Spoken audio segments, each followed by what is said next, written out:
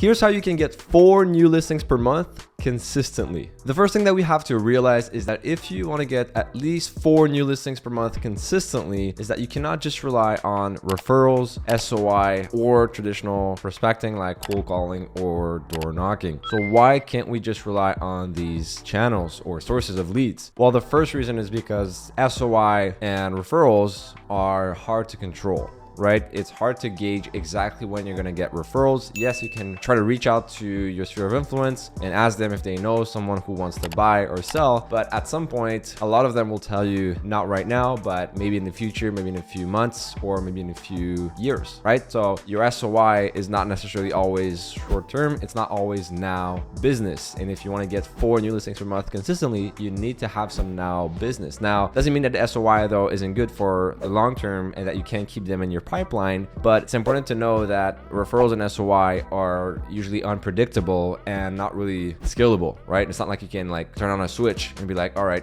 this month I want like 3 referrals. Let me go get 3 referrals. You know, it's hard to control. And that's the first thing regarding referrals and SOI. The second thing is regarding cold calling or door knocking, for example. It's also long-term, right? Most of the time people will say they're not ready right now, but follow up with me in a few weeks, in a few months, and let's see what happens. And you're building these connections, you're getting these opportunities that are there in your pipeline, but they might not necessarily convert right now. So once again, it's good to have these. And if you have the energy, the time, and the willingness to put yourself through rejection multiple times per day or per week by doing cold calling and door knocking, then be my guest, right? It works if you have what it takes to continuously do cold calling and door knocking. But at the end of the day, in my opinion, it's not enough to get you 4 new listings per month consistently. You need another system that is automatic, right? That runs without you or like semi on autopilot, if that makes sense. Like for example, using paid ads, right? So lead generation on YouTube ads, on Facebook ads, or Google ads, or TikTok ads, any other platform out there that doesn't necessarily require your time,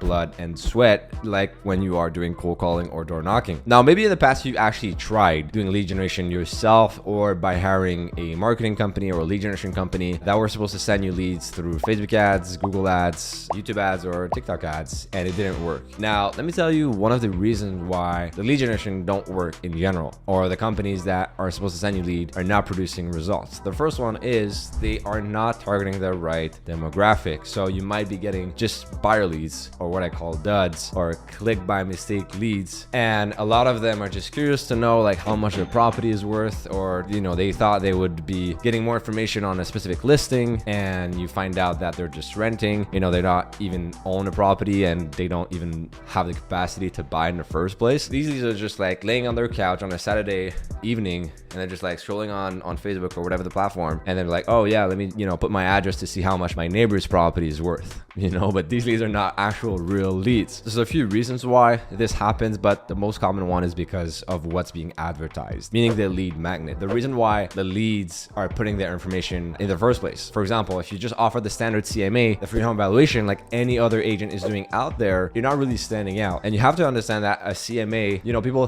might be thinking as well that's like automatic. They might be thinking that they enter their name, email, phone number, and then automatically something will like generate the home value for them instantly, and they won't have to talk to a human. So that's why maybe if you call them back, they're like, why are you calling me? Who are you? I never thought I'd be called by a realtor. So especially if you are in a competitive market, right? A lot of agents say, well, I'm in a competitive market, lead generation doesn't work in my market. Well, there are 2 things you can do in a competitive market. One, you switch market, which isn't ideal because you'd have to like start over again from scratch. Or 2, you stand out, right? So you just need to find a way to stand out. And probably the ads that you ran in the past before, they didn't work because you were just not standing out. You were doing what every other agent is doing out there on Facebook ads, which is offering a free home valuation to try to get more sellers. Now, let's say that you understand this concept of using lead generation to generate leads and that you need to stand out. Another way for you to stand out is to brand your ads. Now, if you just use generic like video or generic creative, like in a generic picture of like a neighborhood where you see like houses and like prices on top, you know, or a map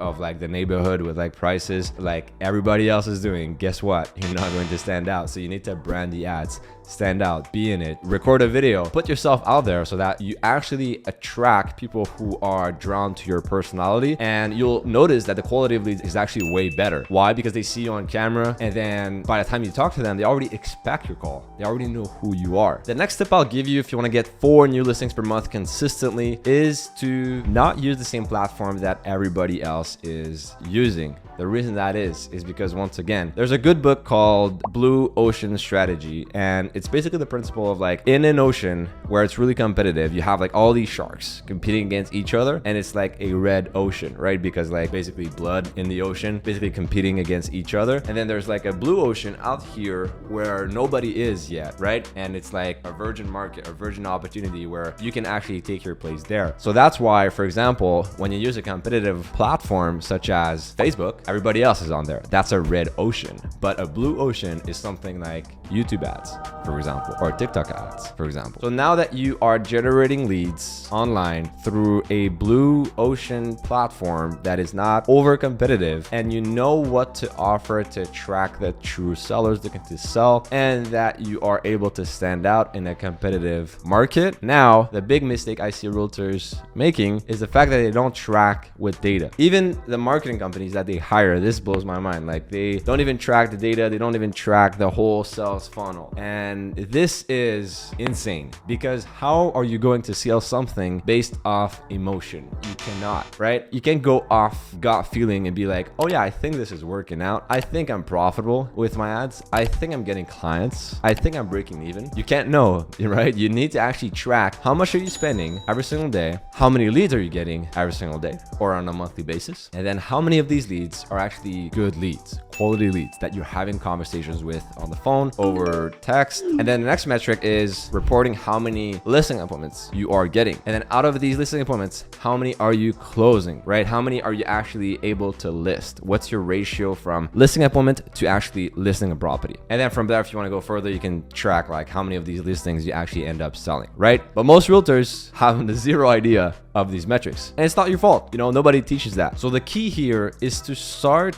doing lead generation with a budget that you are comfortable with, right? Once you start to get the first few leads, first few listing appointments, and first few closings, then because you are tracking everything, you'll see that you are getting a positive ROI, return on your investment. For example, if you are investing $500 per month, and every single month you're getting 1 or 2 closings from that, and each closing is worth $5,000, you're investing $500 to get back $10,000. So logically, without emotions, it makes sense. Now, if you are tracking that, any human being on earth would be like, well, there's a machine where I put $500 in, and every time I put $500 in, 30 days later, I get $10,000 back. Why don't I put more than $500 in? That's how you can scale the ad spend and start investing more and more in ads with confidence to then eventually work your way up to getting 4 new listings per month consistently, and even more than this. If you're not tracking anything, you're gonna feel like the problem is just with the ads or the company that you hired, and you're gonna be like, well, I tried it and it didn't work. I don't know why, but it might be because of the platform. You know, I was advertising on whatever the platform, that platform is not good, or the company is not good, right? It's not that the company